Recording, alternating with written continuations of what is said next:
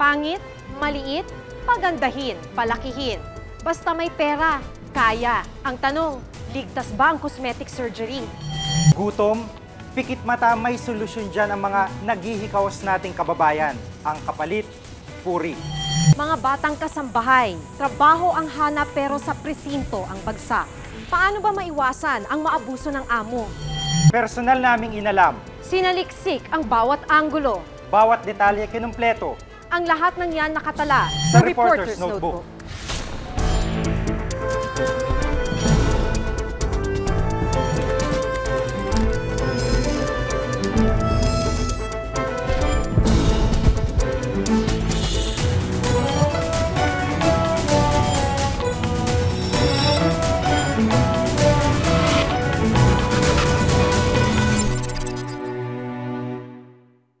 Pango o sarat na ilong, maliit na dibdib, malaki ang mata.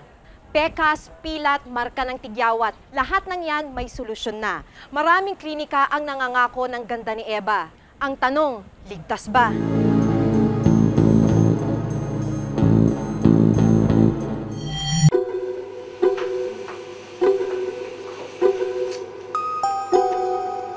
Ganito ang isang aktwal na liposuction procedure. Hindi biro yung mga ganitong klaseng operasyon.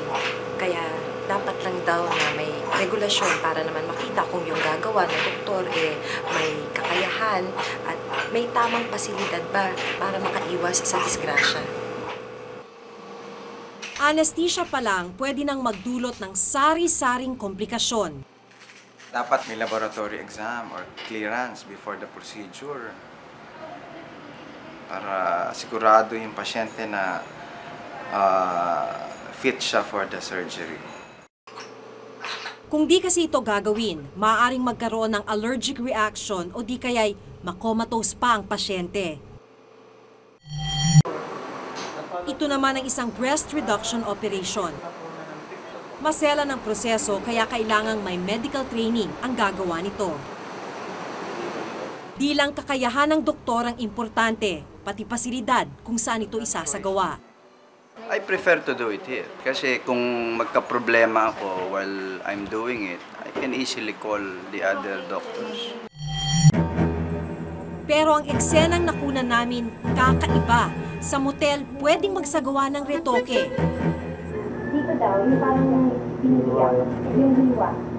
Yun ang ayoko.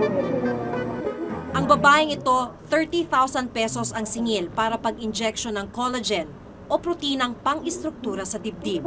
Mura lang ang alok niya kumpara sa 100,000 hanggang 150,000 pesos na breast enlargement kung sa doktor ka pupunta. Pero ito lang ang bitbit niyang gamit. Isang bote ng collagen na wala pang tatak at isang bote ng anesthesia. Ang pang-injection na dala niya, tila may bahid pa ng dugo. Kaya mas safe yan. Kung ano yan, nasa ibabaw lang natin, kahit sa ilong. Nasa ibabaw lang, wala hindi tinatanong sa ilalim. Ganitong klaseng serbisyo ang ikinamatay ni Cindy. 2 taon na ang nakalilipas. Nagpa-home service breast injection din siya sa isang di-doktor. Ayaw nang magpakilala ng pamilya ni Cindy.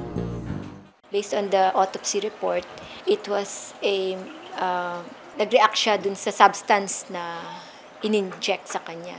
Nag-collapse ang lungs, eventually, lahat ng system na bumigay na. Lubos ang pagdadalamhati ng pamilya ng dalagang namatay matapos sumailalim sa breast enlargement procedure. Ilang beses na tayong nabulabog ng ganitong mga balita. Pero ni isa sa mga ahensya ng pamahalaan walang record ng bilang ng mga biktima. Kung hindi ito nakatala sa ating pamahalaan, paano magkakaroon ng tamang perspektiba tungkol sa problema? Paano makakahanap ng tamang solusyon?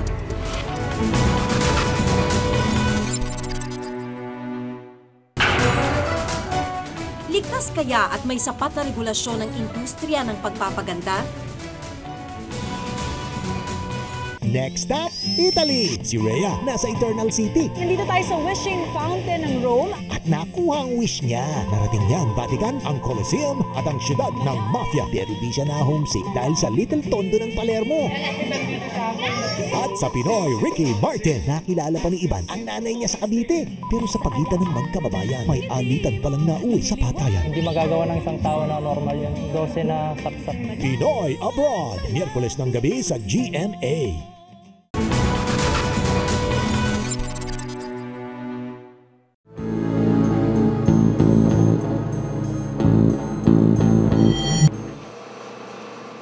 Marami na ang nabiktima ng mali o iligal na proseso nito, pero marami pa rin ang gustong magpaganda gamit ng siyensya.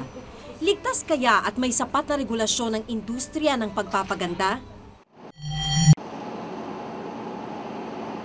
Mag-iikot-ikot tayo ngayon, maghahanap tayo ng mga parlor na nag-aalok ng mga serbisyong pampaganda, nose lift, liposuction. Surgical facelift.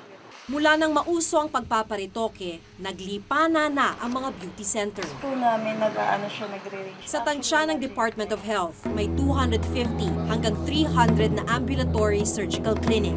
Ito ang tawag sa mga klinikang mayroong operating suites, kung saan nagsasagawa ng operasyon ng mga doktor, maliban sa mga ospital.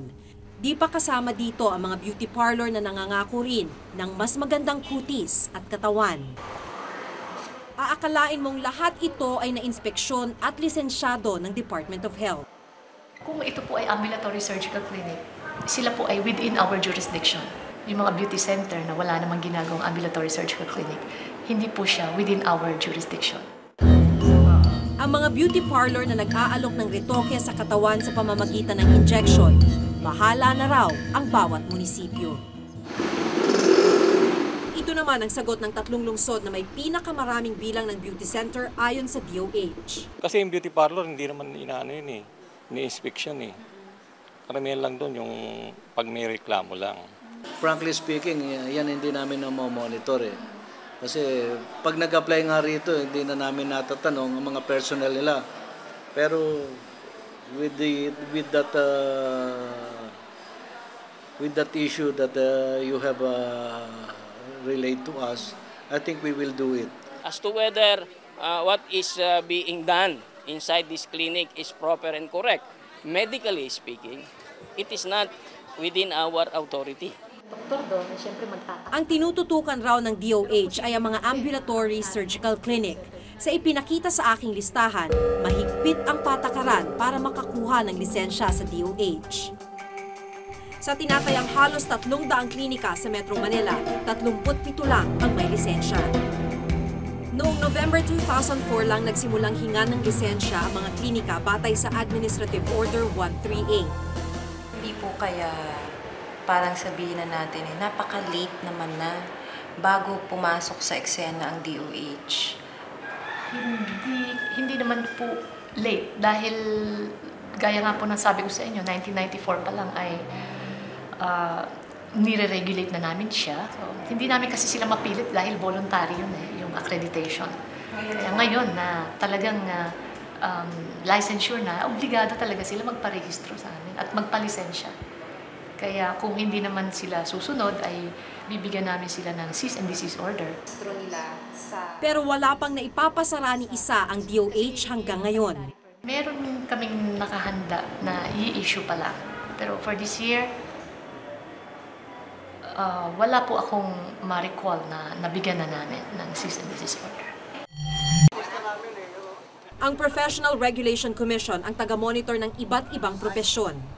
Pero bahala na raw dapat ang iba-ibang samahan ng espesyalista kung paano nila babantayan ang mga doktor na nagsasagawa ng cosmetic surgery. Pag dumating sa amin na may reklamo, we still monitor. But we do not monitor them one by one kasi we don't have the, what do you call this? We don't have the personnel to do that. But para bang these are the arms of the PRC, yung Specialty Society. Pag meron silang nakita, they can sanction their own colleagues through their society. A breast lift for... Pero ayon sa Philippine Association of Plastic and Reconstructive Surgeons, dapat magmula sa gobyerno ang regulasyon. Basta MD ka, you can practice anything unless there is an agency in the government that will regulate the specialties. Wala tayong ganun eh. This is the silicone gel. Tulad ng lahat ng operasyon, peligroso ang cosmetic surgery. We are not working with a piece of cloth or paper. These are live patients. Being a specialist, being certified, being fully trained is not a guarantee that you will not meet problems. Masaklap ang sinapit ni Manuel Maliksi na comatose ang kanyang asawa noong Agosto 2002 habang nagpapaliposuction at namatay matapos ang 15 buwan. Dito kami kinasal. Ito. Hindi raw niya akalain na ang masaya nilang pagsasama ay magwawakas sa isang trahedya. Kahit ngayon, almost everyday, naisip ko pa rin siya eh. Ang hirap no, imagine mo, bago lang kayo mag-asawa tapos mawawala siya. Isang panukalang batas ang inihain ni Representative Prospero Nograles para ayusin ang industriya ng cosmetic surgery. Ayon sa House Bill 266, kung hindi doktor at nag-aral ng plastic surgery, di maaaring magsagawa ng operasyon.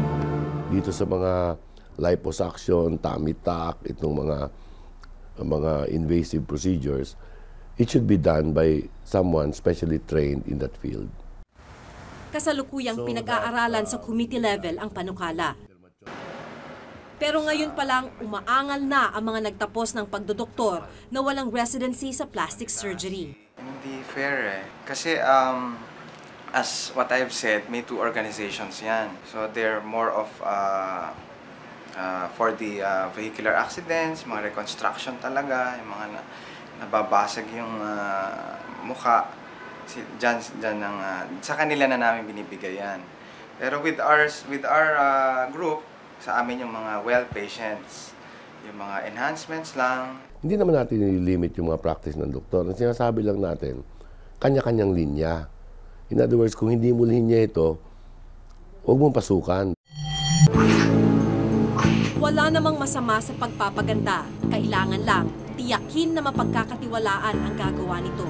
Baka sa halip na mas magandang mukha at katawan ang lumabas sa klinika, isang malamig na bangkay ang kailangan namang paglamayan.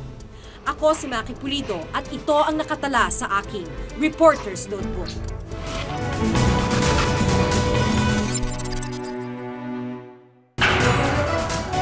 Batang kasambahay inabuso ng amo sa pagpapatuloy ng Reporter's Notebook.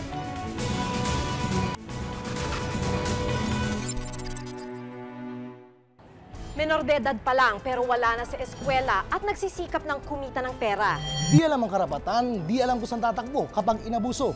Kailan lang isang kasambahay ang niligtas. Mula sa malupit daw niyang amo.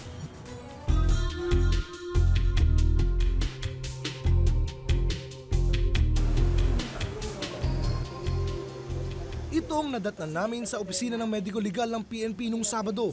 Isang batang kasambahay, idinulog ng Visayan Forum. Minaltrato raw ng kanyang mga amo. Mababaka sa mukha ni Ana, hindi niya tunay na pangalan, ang matinding takot. Sa mura niyang edad na 14, na masukan na siya bilang katulong. Sa shelter kung saan siya dinala, ikinwento niya sa amin ang mga pangyayari. Isip ko po magtrabaho para makaahon kami sa hirap. Para makapag-ipon ako ng pera, makapag-aral ako. Hindi niya akalaing bugbog mula mismo sa alagang 8 taong gulang at matinding pagod ang makakaharap niya sa trabaho. Pinapalinis po ako sa bahay nila na gamit yung kaya nasunog po yung balat ng kamay ko. Ginumpirma ng medical legal report ang lahat ng pagmamaltratong dinanas niya. Sugat at pilat ang kanilang nakita sa kanyang braso. Kung tutuusin ay swerte pa si Ana. Si Arlene, hindi niya tunay na pangalan, ay hindi lang bugbog ang inabot sa kamay ng pinamasukan. 16 na taon gulang pa lang siya, matindi na ang kanyang pinagdaanan. Kung lasing sila, pinagtritripan nila ako, inuubaran nila ako. Tapos, kapag naubaran nila ako, binivideo rin ako, pero sa cellphone po. Hindi rin daw naman niya magawang magsumbong. Hindi na lang po ako umiimik kasi kung magsusumbong po ako, magagalit sila sa akin. Tapos babalik na rin ako. Anak nila yon, kontra katulong lang ako. Hindi naman daw siya ginalaw ng mga ito, kaya sinasarili na lamang niya ang matinding hinanakit at galit. Tiniis daw niya ang pang-aabuso sa kanya dahil ayaw na niya magtrabaho pa ang kanyang ina bilang magsasaka na nasa Ilocos. Isinama namin si Dr. Nada Ahmad Abutazil, isang child psychologist ng kapanayamin namin ang mga bata. Bagamat magkaiba ang kaso, pareho lang daw tindi ng epekto ng karanasan ng mga bata sa kanilang pagkatao. Malaking pinsala in terms of emotional o yung mental, no? Kasi ang nangyayari, nagiging fearful sila or nagiging anxious, nenenervyos o may pagkakataon na didepress. Yung nagiging depressed na minsan, pag hindi pa natutugunan, may mga ibang bata naman nagiging agresibo. Labag sa karapatan ng mga bata ang magtrabaho, pero napakatagal na itong nakasanayan sa ating bansa, kaya di na gaanong pinapansin. Karaniwan po ito na kasi common dahil nagmumula ito sa problema natin sa kahirapan. Ayon sa NSO, mayroong mahigit kumulang 300,000 kabataan ang namamasukan bilang kasambahay sa Pilipinas. Marami muna sa mga ito nakakaranas ng kung anong-anong pang-aabuso. Ayon pa sa report na ito na ginawa noong taong 2001, karamihan sa kanila ay nasa edad na 5 hanggang 17 taong gulang. Sa pagtaya ng Visayan Forum, umaabot na ito sa higit 1 milyon ngayong taong ito. Walang linggo sa buong operasyon ng Visayan Forum na wala kaming natatanggap na kaso ng mga bata at mga kababaihan na nanggaling sa sektor ng kasambahay. Bagamat aminado silang walang tiyak na bilang kung ilan sa mga batang kasambahay ang naabuso, nababahala ang grupo sa mga kasong naidudulog sa kanila. May namatay sa center namin na isang kasambahay. No? Inabuso siya ng kanyang amo, pinainom siya ng liquid detergent at saka nasunog yung lahat na bituka niya. Kakulangan naman ng batas ang kanilang itinuturong dahilan. Sa Labor Code, sinasabi din dito na ang kasambahay ay mag-a-administer ng pagbigay ng comfort doon sa mga pamilya. At dahil doon ay hindi dinidefine kung ano ba itong comfort na ito, kaya ano ba ang comfort? No? Kasama ba ang comfort doon sa sexual sa comfort, physical comfort? Sa ilalim ng RA 9231, ipinagbabawal ang pag-i-empleyo ng mga batang mas mababa sa 15 taon. Ang parusa sa lumalabag dito, 6 na buwan hanggang 10 taong pagkakakulong o 50,000 hanggang 300,000 pesos na multa. Maari lamang mamasukan ng mga batang 15 hanggang 17 kung may formal na pahintulot ng mga magulang. 14 na taong gulang pa lang si Ana, habang si Arlene, bagamat 16 na taong gulang na, ay namasukan naman ng walang kasulatan. Kung ang kasambahay ay magkakaroon ng problema, kaso at mga pag-aabuso na nararanasan, wala siyang matibay na batas na babalikan. Ang batas kasambahay ang itinuturo nilang solusyon sa mga problemang ito. Mayroon tayo isa ngayong panukala, no? Ito yung batas kasambahay na nakasalang sa Kongreso. No? Itong batas na ito, hindi siya perfect, no? Pero nandoon na yung pinaka-basic na mga kailangan para sana malagay sa tama yung ating relasyon sa ating mga kasambahay.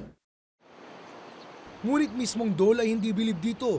Kahit na daw may pasa ang batas, kulang pa rin ang ahensya sa mga taong magpapatupad nito. Ang problema natin ay ang labor inspectors natin all over the country ay mga 250 plus lang. Hindi pa nga nila makaya na na-inspect ang ating mga establishments. Habang walang malinaw na batas at pagbubulag-bulagan ng lipunan sa kanilang kalagayan, patuloy na mapapawi ang pangarap ng mga tulad ni Ana at Arlene. Ako si Oscar Oida at ito ang nakatala sa aking Reporter's Notebook.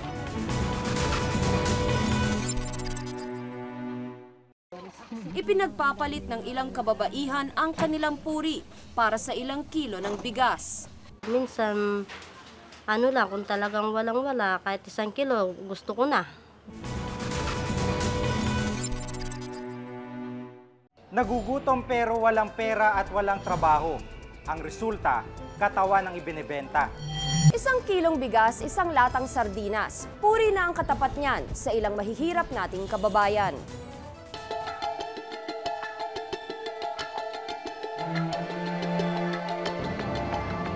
Sa madidilim na sulok ng Metro Manila, gabi-gabi, may mga ganitong eksena. Ilang kailangan pa babae, boss? Ha? Ilang pa kailangan? Mga 3 pa siguro. 3 pa? 3 pa kailangan? Natalisa. Magkano daw? Yung 500 yan, dalawa. 500. Pero kung minsan, kahit di pera, pinapatos na, magkaroon lang ng laman ang tiyan. Sa Pampanga, nadiskubre naming may palit bigas.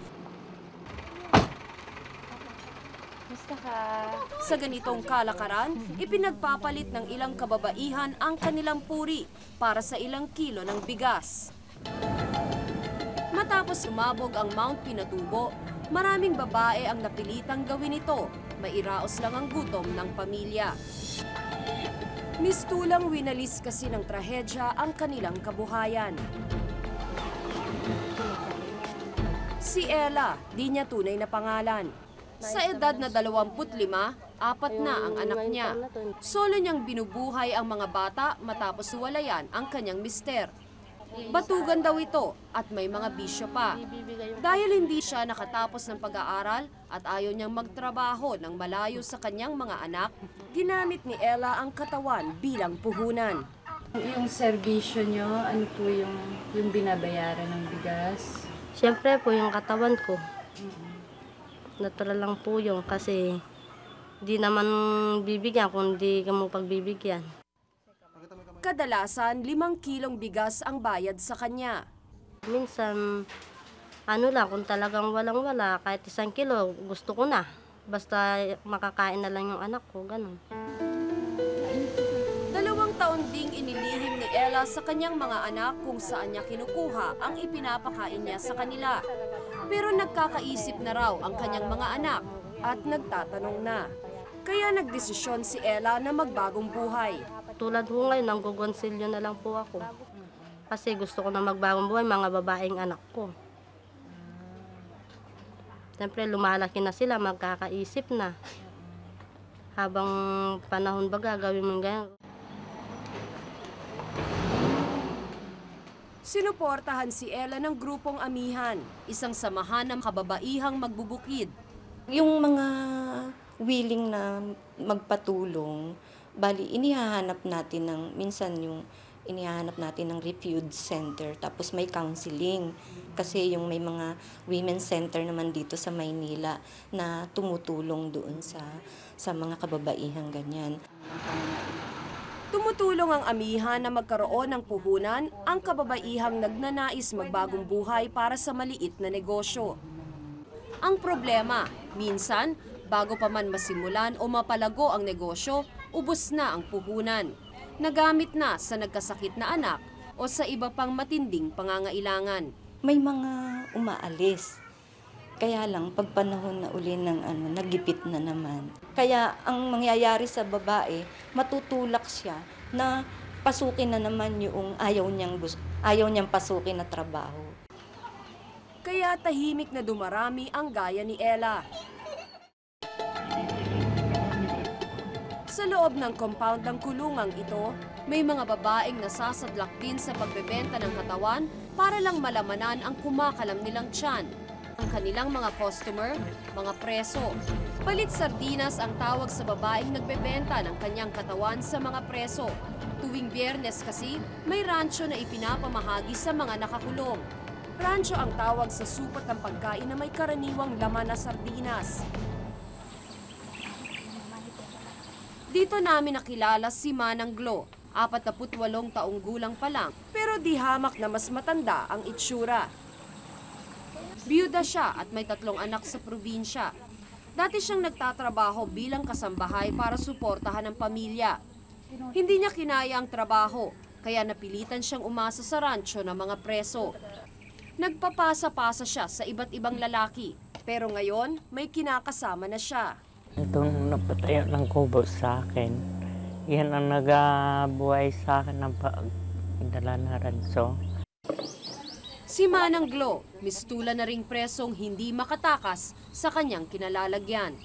Yun, sabi dito na lang ka dito sa akin. Buhayon ta ka, basta diyan ka lang sa bahay mo. Para pag dating ko, nandiyan ka rin. Para makaluto kami ng pagkain. Ayon kay Marion Cabrera ng Institute for Women's Studies, sa papahirap nating lipunan, ang mga babae ang mas nahihirapan.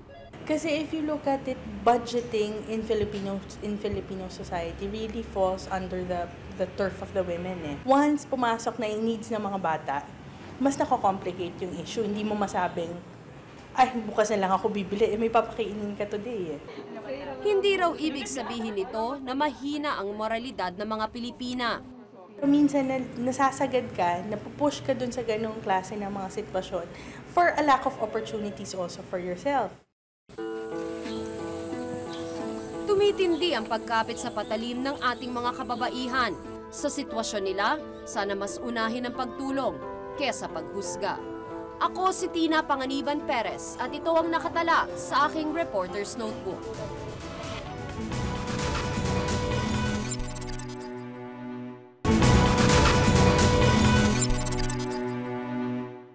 Kung may nais kayong ipasiyasat na issue o balita, maaari kayong tumawag sa amin sa numerong 928-4239. Maaari rin kayong mag-email sa reportersnotebook@gmanetwork.com.